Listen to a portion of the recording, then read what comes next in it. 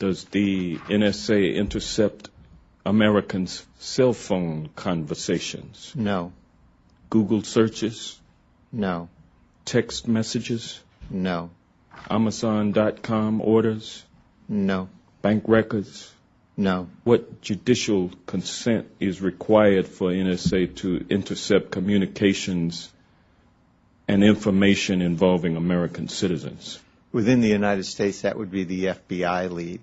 If it was a foreign actor in the United States, the FBI would still have the lead and could work that with NSA or other intelligence agencies as authorized. But to conduct that kind of collection in the United States, it would have to go through a court order, and the court would have to authorize it. We are not authorized. Okay, you've just heard General Alexander, head of the NSA, denying allegations in James Bamford's new article at Wired.com. The NSA is building the country's biggest spy center. Watch what you say. Bamford, of course, is the author of The Puzzle Palace, Body of Secrets, and The Shadow Factory. There's a PBS special about him called The Spy Factory. And he's got a follow-up to this piece in Wired, responding to the NSA chief. NSA chief denies domestic spying, but whistleblowers say otherwise. Welcome to the show, Jim. How are you doing? Very good. Well, thanks very much, Scott. All right. Well, I'm very happy to have you here. The articles are the NSA is building the country's biggest spy center. Watch what you say.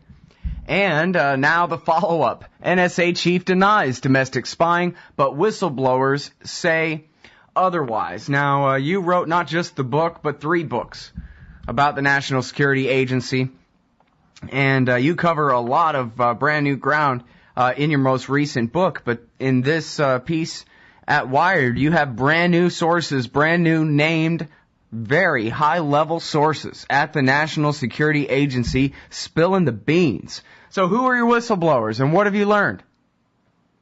Well, as you said, very high-level whistleblowers and people with their hands on the earphones.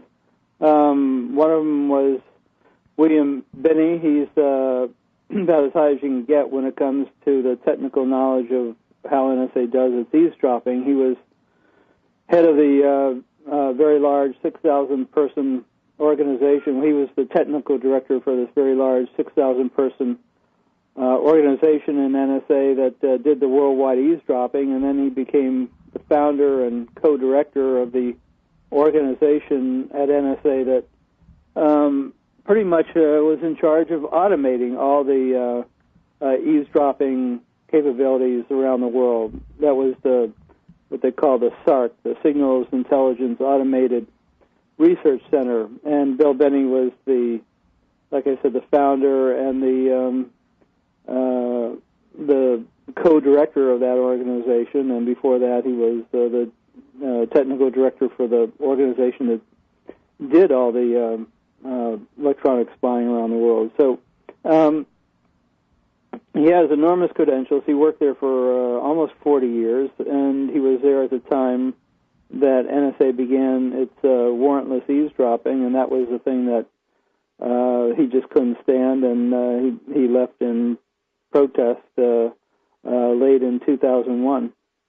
And in addition to that, I've interviewed Adrienne Kinney, and she was one of the intercept operators working down in Georgia, and at the NSA's big listening post down there is called NSA Georgia, and which is just finished being rebuilt. It now holds 4,000 people, and she was saying how she was directed to eavesdrop on Americans calling other Americans, Americans calling other Americans from overseas.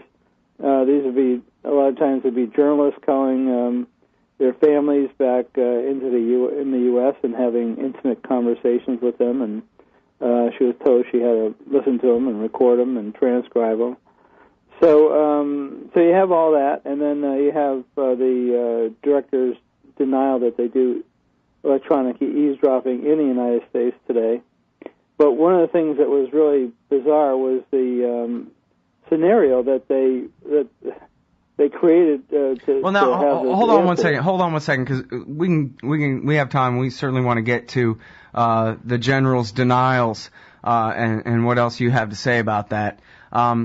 But first of all, I wanted to ask, what all in this article, what all have you been told by these whistleblowers that's new? Obviously, they've confirmed a lot of what you reported in your most recent book, The Shadow Factory, just about, all the mirrors and the storage facility in Utah, for example. You obviously have a lot more information about that. But what's the brand new breaking thing other than just confirmation of what you already knew here? Well, what Bill Binney did was he explained basically how the whole operation was set up, how many, he gave a statistic, how many average phone calls they were taking in a day. It was like 300,000 or something like that.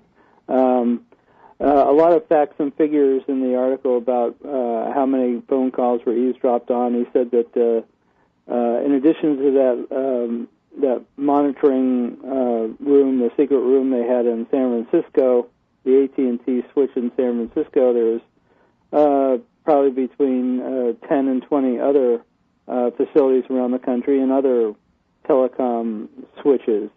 So he went into a great deal of detail about actually how this was done and where it was done and how much communications were being picked up. So it was the first time anybody's really gotten statistics on the methodology and the end result, how much came in. And again, he was spent most of his life doing focusing on the external targets of the United States, eavesdropping on people around the world. And he said that very soon after 9/11, the focus shifted, and they were bringing in lines from overseas. I mean, from within the United States for the first time, and that was enough to make him decide that he didn't want to be a part of it anymore. He said it was totally unconstitutional, and at one point he held his thumb and forefinger about an inch apart, and he said, we're now this close to becoming a totalitarian society, a turnkey totalitarian society. Mm-hmm. In other words, if a president wanted to just cancel an election and use this NSA lawlessly, completely against the American people to clamp down on them, that it would work, that the infrastructure for it has already been built, a turnkey totalitarian state. Well, turnkey means that the infrastructure's there. It's all there. Right. All you need to do is turn the key, and that's basically what he said. In other words, the capability is there, and now you. One of the focuses of the piece is how for 10 years since 9/11, the NSA has been building this enormous infrastructure, basically pouring tons of money into the building new listening posts, building new capabilities, and then the final piece is this giant 1 million square foot, $2 billion data center in Utah, and it's where all the intercepted data will go, and then it'll be basically NSA's cloud, so that the NSA people at headquarters and at the listening posts around the world would be able to tap into all that information that goes in there through fiber optic cables. Well, you actually have now these charts that show the whole infrastructure of these different data centers, and you go into depth, as you were saying, about the amounts, the petaflops and yottabytes and all these insanely large amounts of information. In fact, could you tell them real quick the one about, I think you're quoting a guy from Google, about all the information, all the written text and the history of mankind up until 2005, and then they expect to have that much information processed on an annual basis for now, that kind of thing? Yeah, those statistics, you have to read those in the article, because it's some mind-blowing numbers, though, for sure. They're enormous numbers, and when you're getting up into that amount of data, a yottabyte, which is a measure of an amount of data, a yottabyte is the largest number that's been created. There is no number after a yottabyte for the amount of data. And the federal government, actually the Defense Department, has been talking about yottabytes of data now in terms of the creation of a yottabyte of data. And that's, if you measured a yottabyte in terms of actual pages, it would be 500 quintillion pages of text. So we're talking enormous numbers here, but the amount of data that goes through the air and the amount of people that are getting Internet coverage is just growing astronomically, and then the NSA's job is intercepting this communication. So that's one of the reasons for the data centers are getting more and more information. The irony here is that the more information they collect, it doesn't seem to equate into progress in the ability to stop terrorists. I mean, during the 1990s, they missed the First World Trade Center, then they missed the attack on the USS Cole, and then they missed the attack on the East Embassy buildings in East Africa, and then they missed 9/11.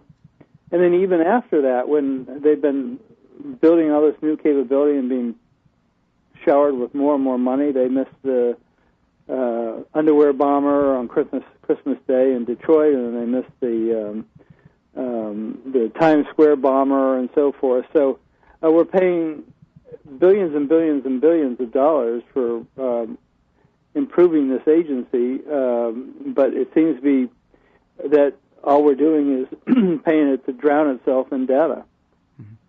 All right, now, one thing I wanted to try to get straight here, if I could, was the time frame on what your whistleblower is telling you, because I guess it's possible that a denial could take the form of saying, well, yeah, but that was during the Bush years, but then Congress passed this FISA amendments, and it's not altogether clear, I don't think, how the FISA Amendments Act works exactly, but something like instead of authorizing specific warrants for specific people, they can now, the FISA court can now authorize entire kinds of data to be swept up, that kind of thing. So I just want to make sure that I understand you right, that you're telling me that the completely unhinged, illegal version of this in the Bush years is still the same thing that's going on to this day. Well, as I mentioned in the article, Binney left at the end of 2001, so that was during the time with it was under the Bush administration. He's kept in touch with other people at the agency since then, but that's why I put those timelines in there. Mm-hmm. But as you mentioned, the FISA Amendments Act, which was passed by Congress after the eavesdropping was exposed at NSA. It didn't really stop that from happening at NSA. What it did was largely codify what was going on there. So there could be some change, there could be some differences in it, but the point was that the legislation weakened the protections. It weakened the Foreign Intelligence Surveillance Corp. As you mentioned, they no longer have to do the kind of oversight that they used to do.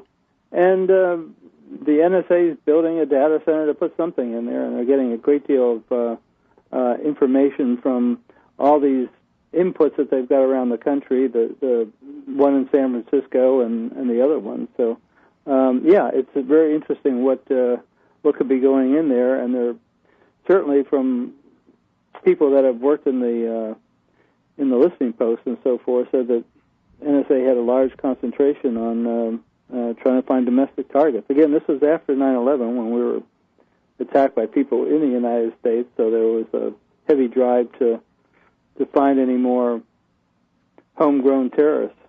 Mm.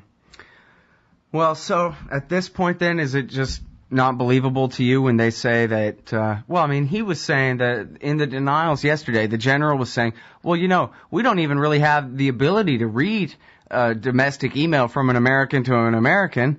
We would have to, if we thought something was going on, we'd just tell the FBI about it, and they would have to go, I guess, with gumshoes and a trench coat and hand deliver a warrant to a local ISP and have them give up some stuff. But we're helpless in that circumstance. That was just believable or not at all, or what? Well, if you look at the history, and I have written the history, 3 books on NSA, going back, that's all the NSA ever seems to do is deny things that eventually come out as being true. The first one was Operation Shamrock, when they were eavesdropping, actually getting copies of all the telegrams coming through the country for 30 years illegally, totally without a warrant. Then they began doing eavesdropping on anti-war protesters, again, totally illegally, during the Vietnam War. And then you had that long period where you had the FISA court in operation, and everything seemed to be going good. One of the books I did, I'm trying to be fair with NSA. Of the 3 books, one of them, NSA had a book party for me, or a book signing for me at NSA. Mm-hmm. Then after 9/11, that's when NSA took off the gloves and it began doing the illegal eavesdropping. And during that time, while that was going on, before the New York Times made the announcement or broke the story about it, Bush got up and said on television in front of an audience, we was giving a speech at one point. Somebody had asked him a question, and he said the United States would never eavesdrop on anybody without a warrant. This is at the time that was the height of Stellar Wind, the warrantless eavesdropping program. So it's very hard to say. And if you're looking at that denial from General Alexander yesterday, you have to look at what was said, how it was said, and what the scenario was. Right. That's where I interrupted you before. Please go ahead with that. Sorry. I'm sorry? That was where I interrupted you before. I'm sorry. Please get back to that. Yeah, the scenario was this crazy scenario where it's supposed that Dick Cheney became president, and then people were making fun of him because he shot somebody in the face with his shotgun, and Cheney wanted to know who these people were that were making fun of him because he wanted to waterboard them. So, it was a bizarro scenario, and then the answers didn't really make any sense either because most of them were very parsed or garbled, or they didn't really fit the question. So that's sort of what's been happening with NSA. It tries to parse these questions so that it sounds like they're saying nothing is going on, but in reality, there is something going on. For example, he always hedged his answers by saying, does NSA have this capability to eavesdrop on this information? And he would say, no, it doesn't, not in the United States. Well, that means I can maybe eavesdrop on it with a satellite up in space, or on a undersea cable, or by eavesdropping on it from Canada or Britain. All these things are things that the NSA has done, and it's certainly a way. The problem is there's no borders on information these days, no borders on digital communication. So it's not as though the information is going to stop. The U.S. communication is going to stop at the border or whatever. So you have to take all those things into consideration, and what I suggested in this little piece I just did for the website on Wired was that you get all these whistleblowers. You get Binney and Kinney, and another one that I interviewed, David Falk, who was also a whistleblower from NSA Georgia, and said and confirmed basically what Adrian Kinney said. You get all these people, put them under oath, put them on a panel, and let them have their say in front of the Congress, and then have NSA respond to them, instead of coming up with some crazy scenario about people being eavesdropped on who are making fun of a vice president for shooting people in the face. Or I guess right. The scenario made Cheney a president, which is scary enough as it is without the shotgun. So that's one way. The public is not allowed to know what's being done with its communications, and that's a very frightening thing. I think the public should know. If the NSA has access to your communications in a democracy, they should have that right to know, and especially when digital communications these days are so prolific, and everybody puts everything on digital communications. What pages you're looking at a book, what pornography you're looking at on the web, what websites you're going to, who you're talking on your cell phone, who you're tweeting, and all these pieces of information. So much information goes out from humans these days that any agency that has enormous capability to intercept it and store it and analyze it should be accountable to the public, and for decades it hasn't been accountable to the public, and the Congress has been basically its cheerleaders as opposed to the acting as the buffer between the agency and the United States citizens. Mm-hmm. Well, a common reaction that I've witnessed at least a few times, and it makes sense, is that, well, there's just no way they could be spying on all of us, especially those of us who are just going about our day-to-day lives. They would need half the population to be their employees to sift through everybody's email to find out who they wanted to persecute. And so pretty much if you have nothing to hide, you don't have anything to worry about kind of attitude still can prevail. How could it be that the National Security Agency is surfing on all this data rather than just drowning in it, as I think you put it in your book, or quote someone putting it that way in your book? Well, both in the book and the article, I don't make any allegations that NSA eavesdrops on everyone everywhere at all times. I mean, that's just technologically nonsense. So the way it's done, and the way I explain it in the book, and the way it's come out is they have inputs come into the United States, and if you put these things called NARIS devices, they're very fast, what they call deep packet inspections. As the information travels through the routers coming into the country and going through the country at these big AT&T switches, the information is sifted through these, and you can think of it as a big sift, these NARIS devices that are looking for particular words, particular phrases, particular names, email addresses, and when it hits that, it's able to get the entire content of that document, all the information, the content of that email, and the idea is once it flags that information, it sends that off to a copy of it, a duplicate copy, off to NSA. That was the whole purpose for these NARIS devices, is to be able to do deep packet inspection. And so, you're not looking at every single, NSA is not looking at every single communications. You have a filtering device that filters out who they're looking for and what they're looking for. Mm-hmm.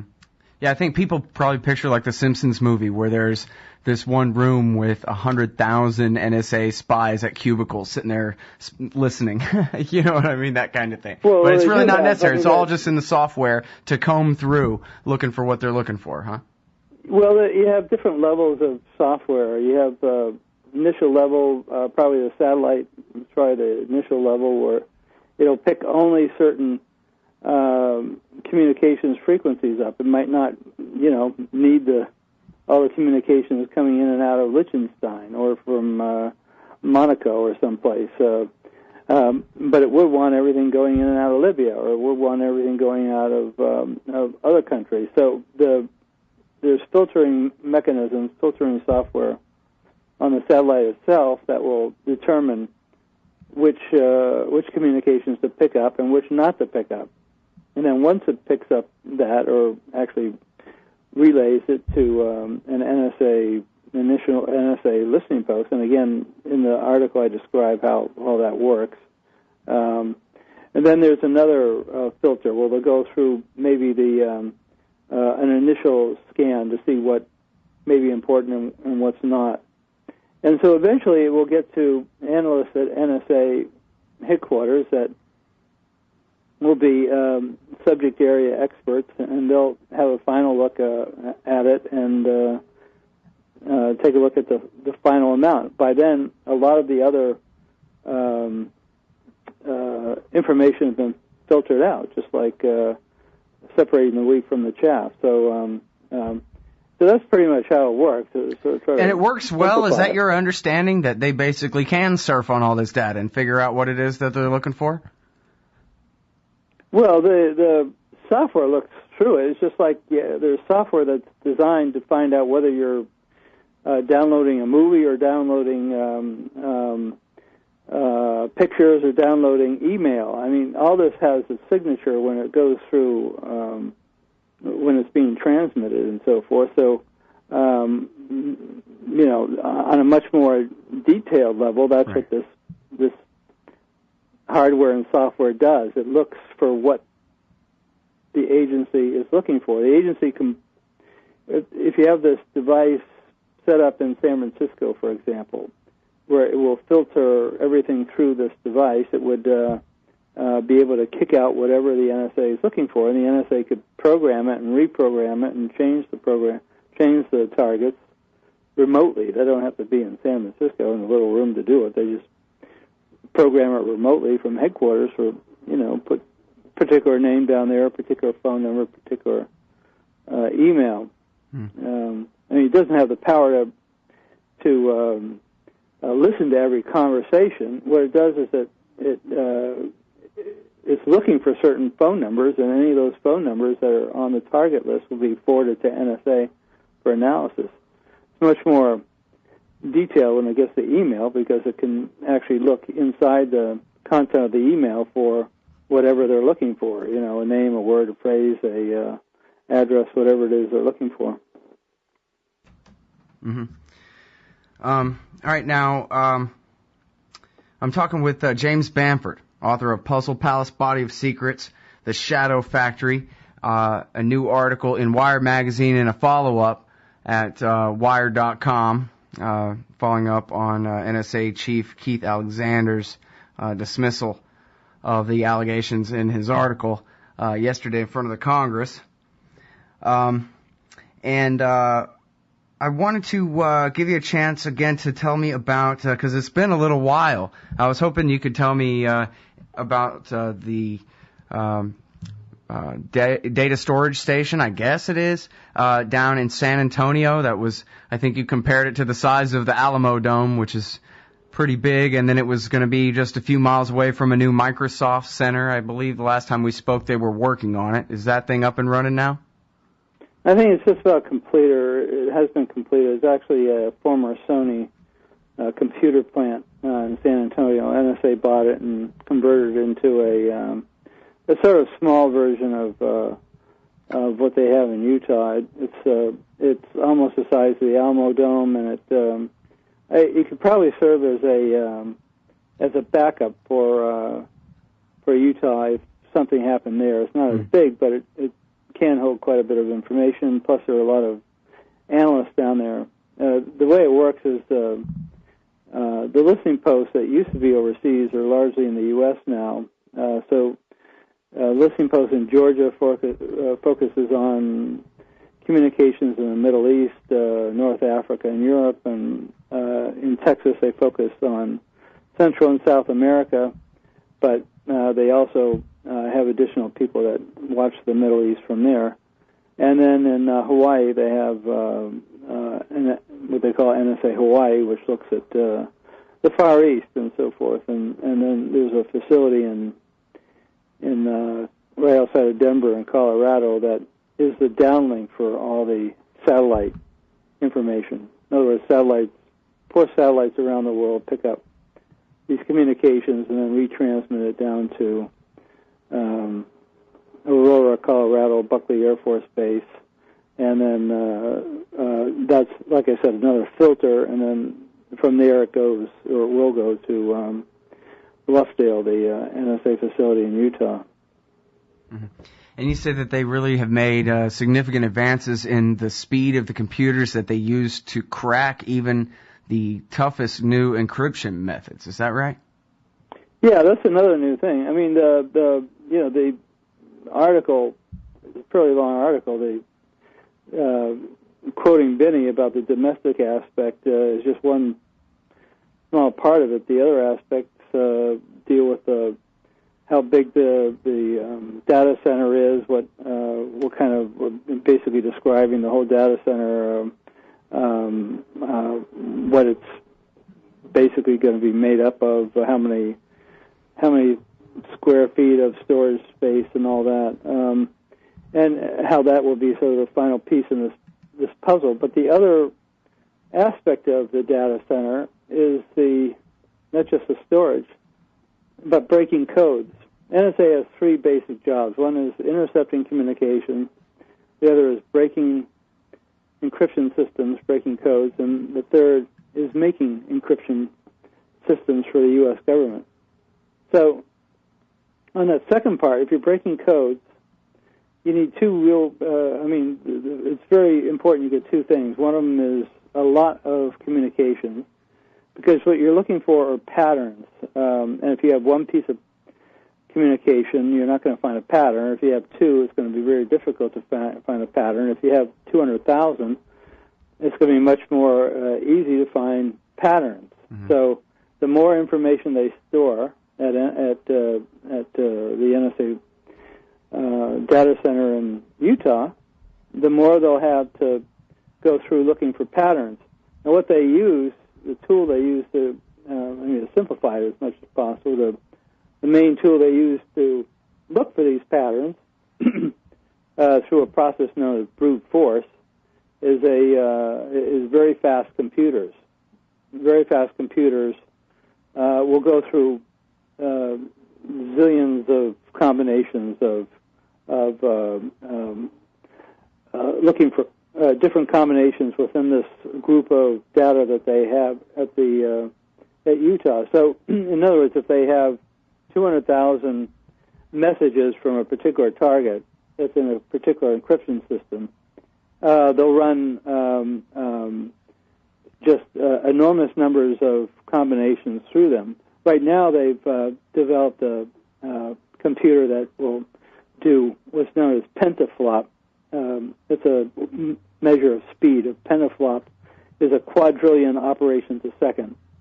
And NSA has a computer that will do probably in 5 to 10 petaflops worth of speed, which is probably the fastest computer in the world right now. And it's working on a computer that will do one order of magnitude higher than that, which will be an exaflop.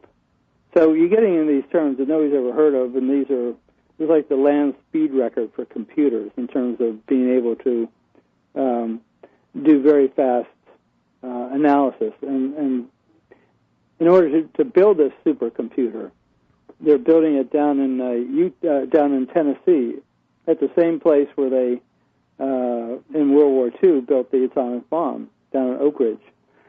So in World War II, they had this program to build the this ultimate weapon of mass destruction, and now they've got a program to build the ultimate supercomputer down there, the fastest computer in the world. And it's very secret. This is the first time it's come out, this whole any detail at all about this brand new supercomputer they're working on down in Tennessee. Oh, really? Good. Well, another feather for your cap. Always incredible journalism for more than a generation now. Jim, thank you very much for your time on the show. Yeah, my pleasure, Scott. Good to talk to you again. Take care. All right, everybody, that is James Bamford, author of The Puzzle Palace, Body of Secrets, and The Shadow Factory. He's the subject of a Nova special on PBS, which you can watch online, which is all about the science of how they gobble up all this data, called The Spy Factory. And he's got a new piece in Wired magazine. The NSA is building the country's biggest spy center. Watch what you say. And a follow-up at Wired.com. NSA chief denies domestic spying, but whistleblowers say otherwise.